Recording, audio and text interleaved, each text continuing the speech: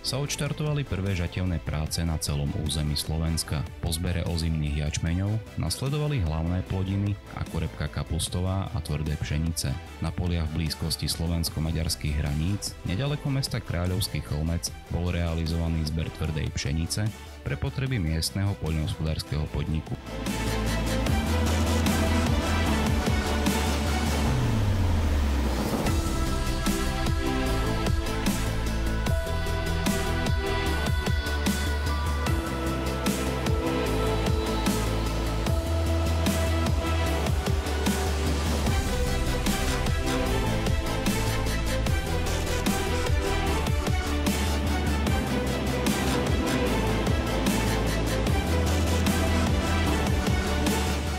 Celách, ktoré boli situované v rovinatej oblasti, pracovala dvojica veľkokapacitných kombajnov od koncernových spoločností CNH a ECO, a to kombajn New Holland s označením CR1090 a jedna novinka Fendt s označením Ideal 8T.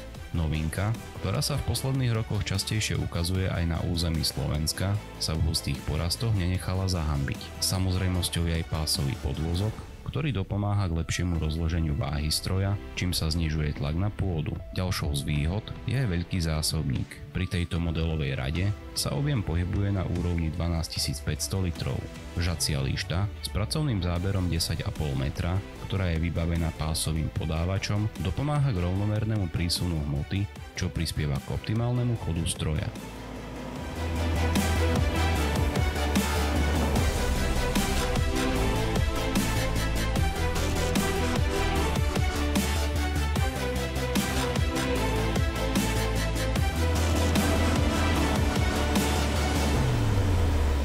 Aj druhý z kombajnov disponuje pásovým podvozkom, veľkoobjemovým zásobníkom a lištou s pracovným záberom 10,7 metra. Veľké a rovinaté plochy, na ktorých sa technika pohybovala, vytvárajú ideálne podmienky pre zber. Technika je schopná zožať veľké plochy a v krátkom časovom okne dostať úrodu z polí tak, aby nebola vystavená poveternostným podmienkam, čo by znižovalo jej kvalitu a cenu. Slnečné dni, ktoré sprevádzali žatevné práce, dopomáhali k ideálnej vlhkosti, čo eliminovalo nutnosť sušenia.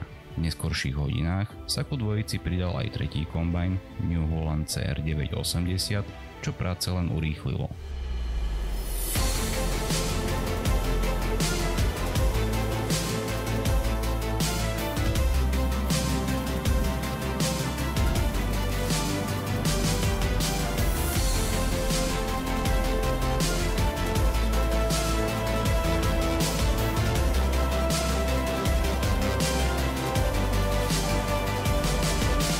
Veľké objemy, ktoré bolo nutné prepraviť, sa staral traktor Fendt s označením 724 Vario spolu s veľkoobjemovým prekladacím vozom od výrobcu Horsch s označením Titan 34 UV. Použitím prekladacieho voza sa šetrí hlavne čas pri vykladke kombajna. Stroje sa tak nemusia zastaviť a tak sa šetria vzácne minúty počas žatvy. Rovnako sa znižuje počet ťažkej techniky použitej v odvoze, čím sa znižujú náklady na prepravu a redukuje sa utužovanie pôdy. Traktor je tak po naložení nútený priviesť obsah na okraj poľa, kde ho preloží do čakajúceho odvozu. V tomto prípade boli z dôvodu zlepšenia logistiky použité ťahače s návesmi. Týmto spôsobom bolo možné previesť až 20 tón jedným prejazdom.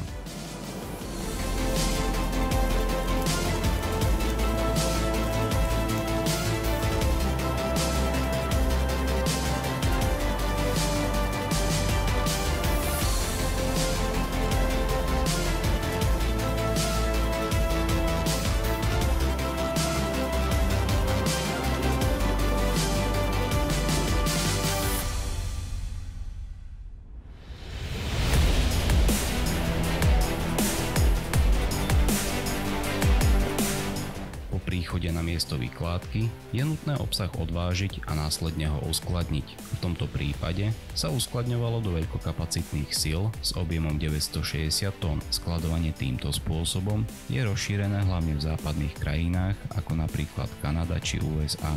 Traktor Fendt 724 Vario v kombinácii s násypníkom a dopravníkom od výrobcu Brandt mal za úlohu obsah premiestniť do sila.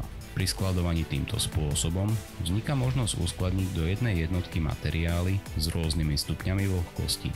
Sila disponujú cirkuláciou vzduchu, čo dopomáha upraviť komodity na požadované hodnoty. Samozrejmosťou sú aj rôzne meracie a monitorovacie zariadenia, umiestnené na strategických miestach pre poskytovanie informácií na veliace stredisko alebo priamo do mobilného zariadenia. Ak sa ti toto video páčilo, neváhaj a podpor tento kanál svojim odberom.